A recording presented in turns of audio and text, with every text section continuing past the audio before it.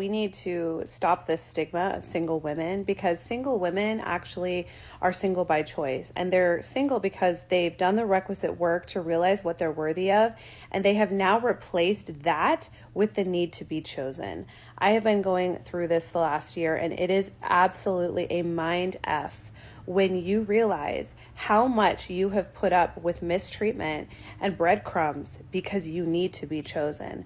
And it is a thing that is replete in our culture, especially for women. We are taught from a young age via Disney movies that to be chosen is the end game.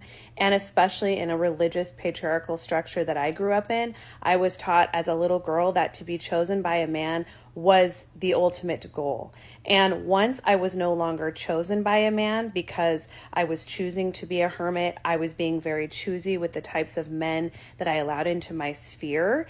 I had to reckon with myself. I had to reckon with my value, with my self-worth. It has probably been the hardest shadow work I have ever done, because when people talk about decentering men, that does not mean that we hate men, and that does not mean that we want to be single forever or that we never want to be in a relationship again. It simply means that self-love is always honoring ourselves and never abandoning ourselves.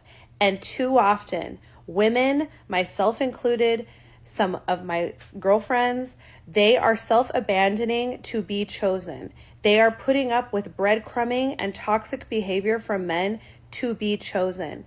And so all decentering men means is loving yourself enough to be single and to attend to your own needs rather than abandon yourself over and over again to be chosen. It is a huge part of self-love. Self-love is not all bubble baths. It is never abandoning yourself.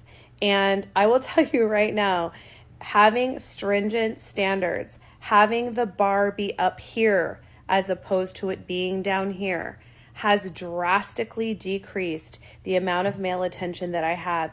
And it has forced me to go inward and heal myself and look at all of the ways that I felt my whole life that I needed to be chosen to have value and worth, and to find value and worth within myself without it centering around being chosen by a man.